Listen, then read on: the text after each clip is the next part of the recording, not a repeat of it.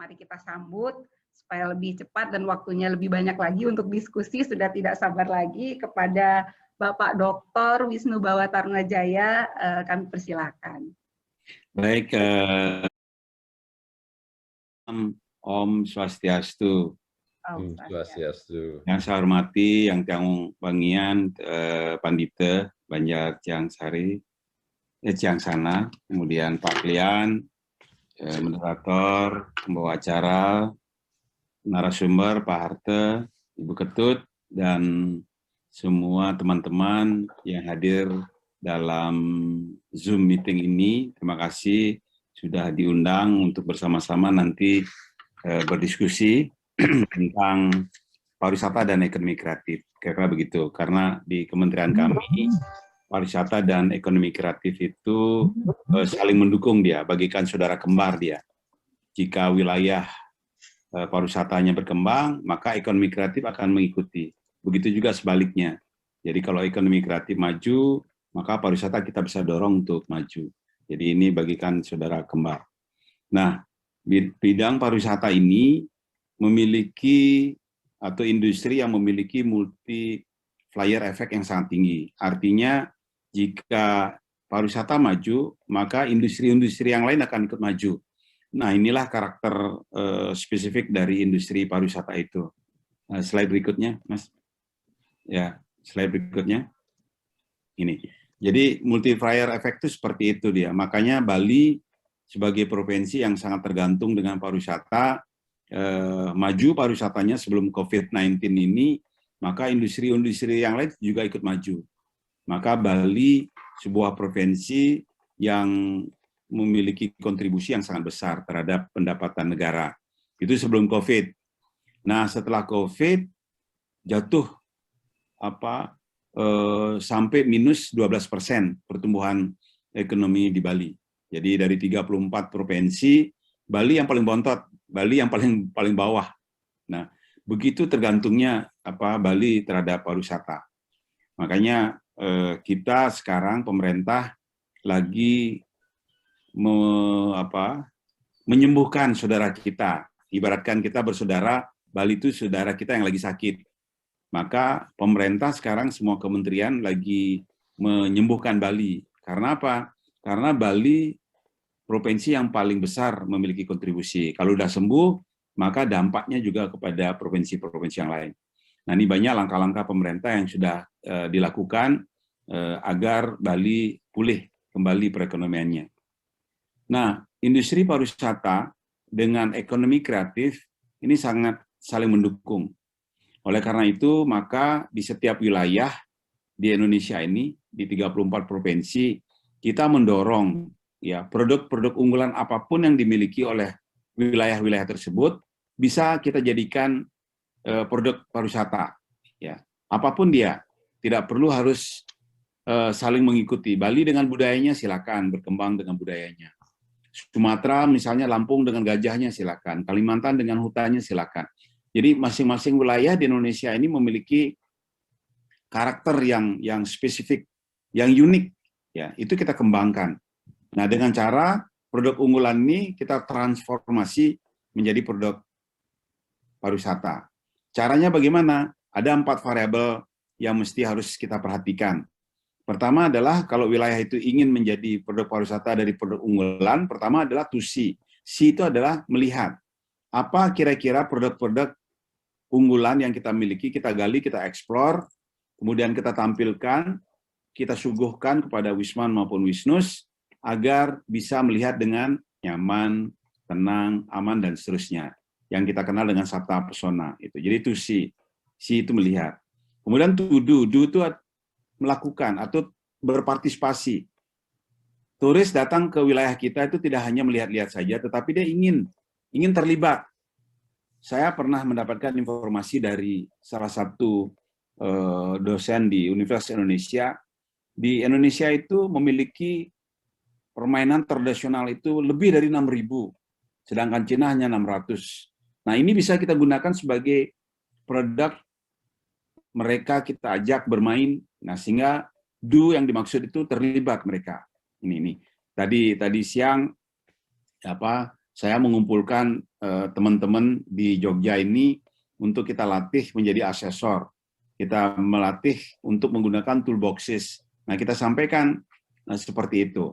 Ya, jadi kita bisa gali, explore, setiap wilayah mempunyai produk unggulan, terus kita dorong menjadi produk pariwisata. Kemudian yang ketiga, to learn. Learn itu adalah belajar. Jadi selain melihat, terlibat, maka kita harus berikan pengetahuan. Storytelling menjadi kata kuncinya. Jadi kalau Bapak Ibu bisa perhatikan kalau kita pergi ke sebuah destinasi atau ke daya tarik, kita baru datang dari parkir, kemudian turun, itu kan biasa treatmentnya langsung kita diajak untuk melihat-lihat produk. Padahal yang benar itu adalah ketika kita turun dari parkir, kita harus diterima dulu di lobi misalnya, atau di Wantilan, atau di Rumah Joglo untuk dijelaskan bagaimana dan apa yang bakalan kita lihat nantinya. Kasih sejarahnya bagaimana, kalau ada video pendek, berikan video-video itu, agar dia mengerti, memahami.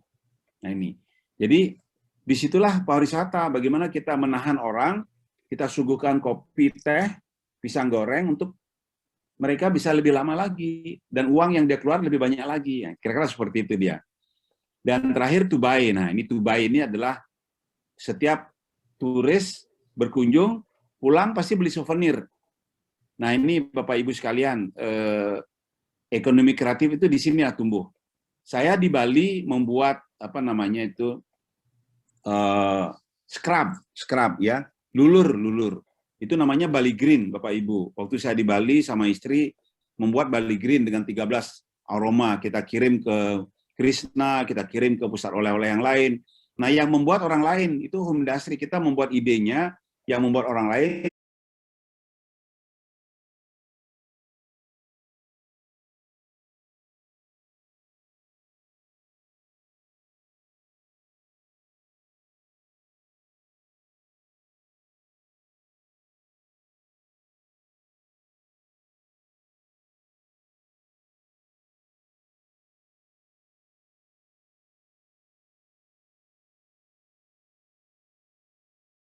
Sekarang ada internet, ada komputer, kita buat misalnya tempelan-tempelan di kulkas, kita bawa ke Mangga 2, kita suruh dia desain, membuatnya, kita bawa ke situ, udah jadi.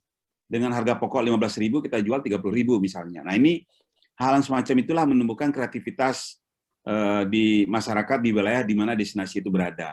Nah inilah dampak dari pariwisata kalau kita lihat. Coba Bapak Ibu ke daerah Ngelanggeran di Jogja, di Penting Sari, saya lihat nggak ada orang membuat souvenir itu. Padahal kalau itu dibuat, itu menjadi sebuah pemasukan ke masyarakat dan buat masyarakatnya juga. Nah ini sebuah contoh-contoh yang saya perhatiin belum tergarap dengan baik.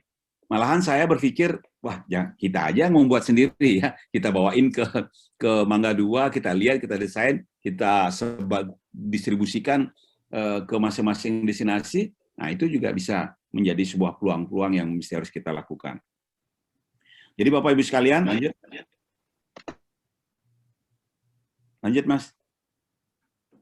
Nah, Bapak Ibu sekalian, ekonomi kreatif itu berkolaborasi yang saya sampaikan tadi, bahwa ekonomi kreatif bisa juga menjadi penguat kualitas kepariwisataan, menciptakan daya tarik wisata dan promosi.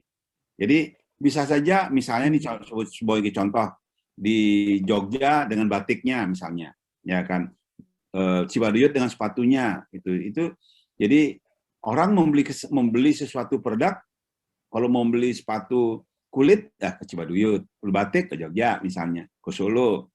Nah ini jadi nama daerah itu bisa kita gandeng menjadi sebuah promosi untuk kita jual produk-produk kreatif. Ini sebuah contoh-contoh. Yang lain, lanjut. Bapak Ibu sekalian, ekonomi kreatif memang dari 17 subsektor itu ada beberapa yang terdampak. Ya, seperti misalnya yang sangat terdampak itu film, animasi, kriya, seni pertunjukan, fotografi, fashion, periklanan, itu sangat terdampak dia. Yang terdampak itu kuliner, arsitektur, interior, desain produk, musik, radio, dan TV. Cukup terdampak itu desain grafis, seni rupa, penerbitan dan percetakan. Nah, ada yang tidak terdampak di sini, ya, yaitu aplikasi dan game. Ya, orang di rumah kan sering banget aplikasi dan game. Ini bisnis yang sedang berkembang ketika COVID-19. Oke, lanjut. Bapak Ibu sekalian, ini dukungan yang dibutuhkan oleh pelaku sektor aircraft ya. Karena banyak turun, saya juga punya di Bali Flipbooker itu turun. Jadi anak saya lagi mengelolanya. Nah, sekarang harus disupport juga ya kan. Nah, kebanyakan ini hasil penelitian dari Kemenparekraf, hal-hal yang diusulkan untuk bisa membantu sektor ekonomi kreatif itu. Pertama adalah pengurangan pembebasan pajak, ya itu juga sudah diusulkan. Kemudahan restrukturisasi pinjaman, bantuan subsidi perlengkapan, akses pasar, kemudian peningkatan skill dan pengetahuan, dan yang lain-lainnya seperti promosi gratis, keringanan pinjaman, merek dan haki, pemulihan COVID, keringanan modal pokok, dan seterusnya.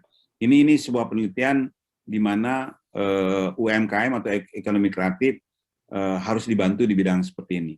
Lanjut. Nah, kemudian Bapak Ibu, ini ada program yang dilakukan oleh Kemenparekraf untuk membantu UMKM atau ekonomi kreatif.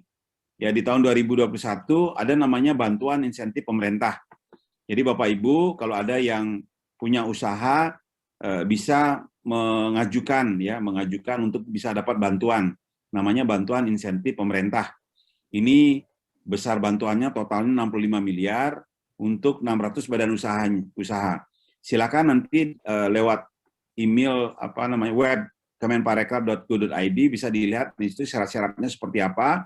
Diajukan aja Bapak Ibu ke Kemenparekraf. Ini lagi digodok oleh Deputi 4 namanya, Deputi Investasi dan Industri, sedang dibuatkan pedomannya dan seterusnya. Nanti silakan Bapak Ibu bisa akses ke web yang ada di Kemenparekraf.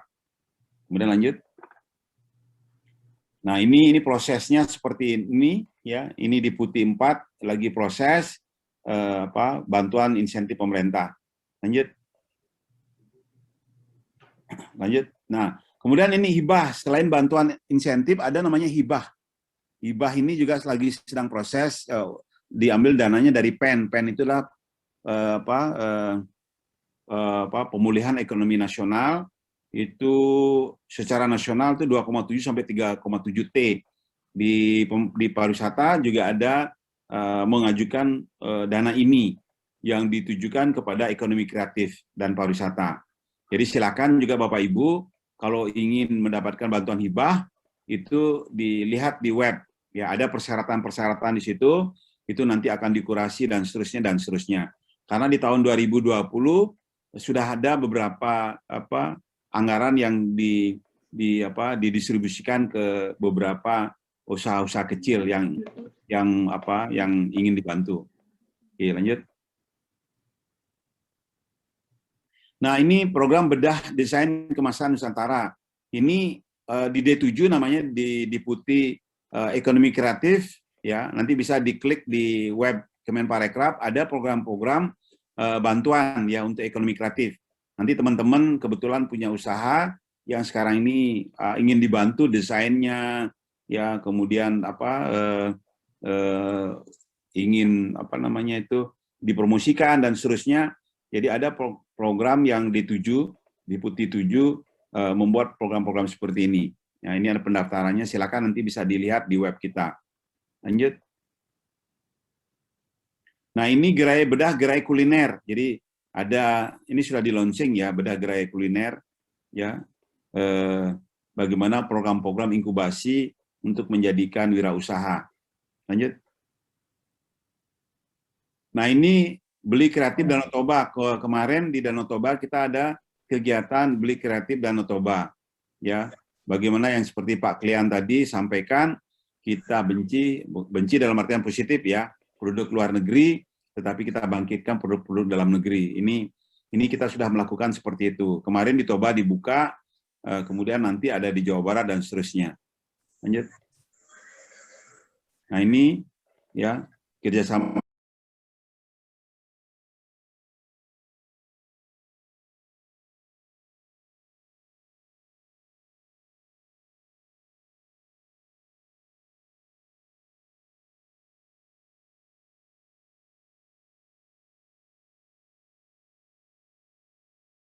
provinsi.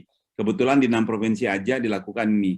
Ini program kami pengembangan wirausaha kerjasama dengan Telkom University dengan sahabat UMKM. Jadi kita fasilitasi anak-anak muda yang berkeinginan untuk berwirausaha ini bisa mendaftar di sini. Nah, cuma diperuntukkan 5 DSP dan Bali. Ya, kebetulan kalau punya keluarga di Bali bisa didorong untuk bisa ikut dalam program ini. Ya, lanjut. Nah, bagaimana memanfaatkan peluang wirausaha di masa pandemi? Ini saran-saran kami seperti Pak Klian sampaikan tadi, tawarkan produk yang relevan, ya, memanfaatkan layanan online dan digital marketing. Sekarang mau tidak mau kita harus menggunakan online dan digital, ya. Oleh karena itu anak-anak muda yang mungkin tidak asing yang dengan menggunakan online. Kemudian gunakan promosi yang menarik dan tentukan strategi pemasaran. Nah, kira-kira seperti ini ya apa saran-saran kita di dalam rangka untuk bisa eksis usaha kita di dalam ekonomi kreatif itu. Lanjut. Saya pikir itu dulu Ibu Wayan dan Bapak Ibu sekalian, ini hanya sebagai pemancing diskusi kita, ya mudah-mudahan ini berguna buat Bapak Ibu, tapi yang jelas program-program dari Kemenparekraf seperti itu. Nah, lebih lanjut lagi atau lebih detail lagi silakan nanti di web dicari pendaftarannya dan syarat-syaratnya seperti apa. Ya diajukan aja dulu Pak Bapak Ibu. Ya mudah-mudahan nanti Tuhan Yang Maha Esa, Ide Sang Hyang Widi Wasa bisa memberikan jalan terbaik dan Bapak Ibu bisa dibantu dalam mempertahankan dan mengembangkan usahanya.